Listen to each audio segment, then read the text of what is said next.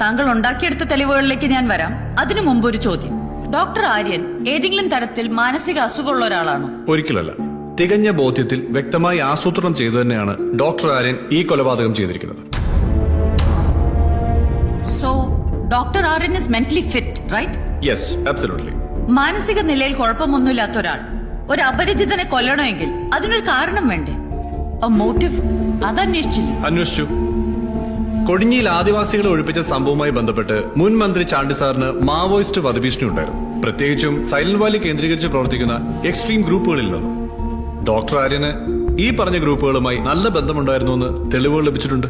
എന്ത് തെളിവ്? ആര്യന്റെ mobile phone കേന്ദ്രീകരിച്ച് നടത്തിയ അന്വേഷണത്തിൽ 4-ലധികം തവണ Aryan silent Valley tower location പരിധിയിൽ പോയിട്ടുണ്ട്. ഈ സമയങ്ങളിൽ എക്സ്ട്രീം ഗ്രൂപ്പുകളും സെയിം ടവർ ലൊക്കേഷൻ പരിധിയിൽ ഉണ്ടായിരുന്നു. മിസ്റ്റർ കമ്മീഷണർ, നിങ്ങളുടെ റിട്ടയർഡ് ഉദ്യോഗസ്ഥർ അന്ത്യചർച്ചയ്ക്ക് പോയിരിക്കുന്ന മാധ്യമങ്ങളുടെ സ്റ്റുഡിയോ അല്ല ഇത്, കോടതിയാണ്. ഒരേ ടവർ ലൊക്കേഷനിൽ ഉണ്ടായിരുന്നു എന്ന ഒറ്റ കാരണം കൊണ്ട് ഡോക്ടർ ആര്യനെ നിങ്ങൾ മാവോയിസ്റ്റ് ആക്കിയതാണോ?